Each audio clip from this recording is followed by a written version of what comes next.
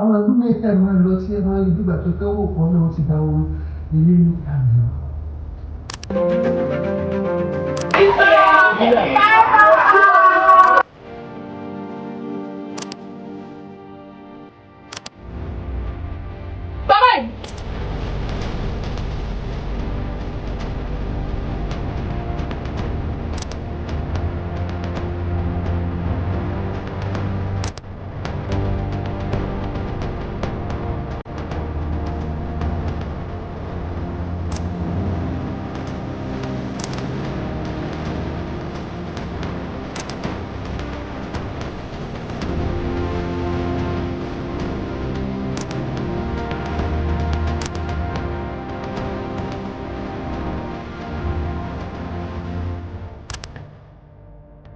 Action. Kí ló tẹ̀ mú ọkọ̀ mi káàkiri?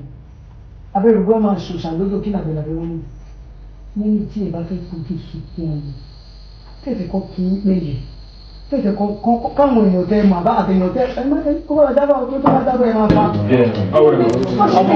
Picture of Owen Ademola on the set of Obirin, my woman. Owen Ademola, I appreciate the Kuranka.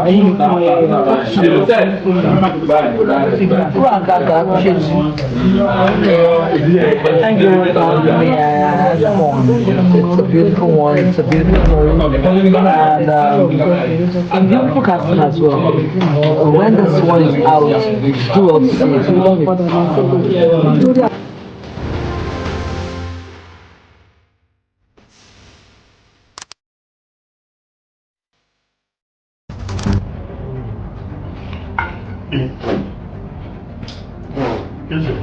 Don't be your one. Ẹjọ́ ọba mi ni mo wà. Tó wà lẹ́yìn. Orí burúkú tó kẹ́sẹ̀ lẹ́sẹ̀ tó bọ́ bí. Ó lè wọ́n bí.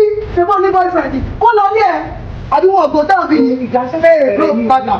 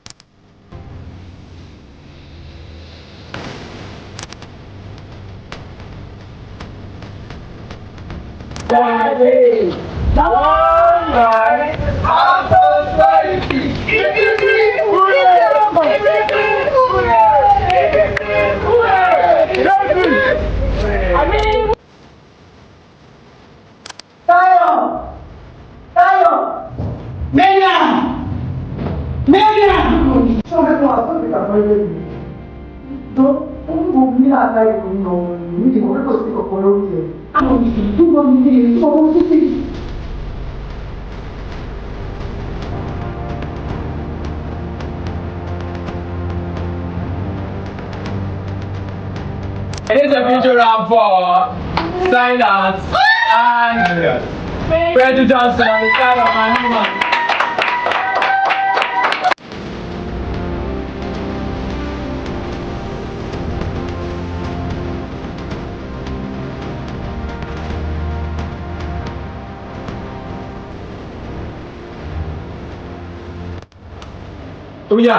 Slate 100 CCC take one.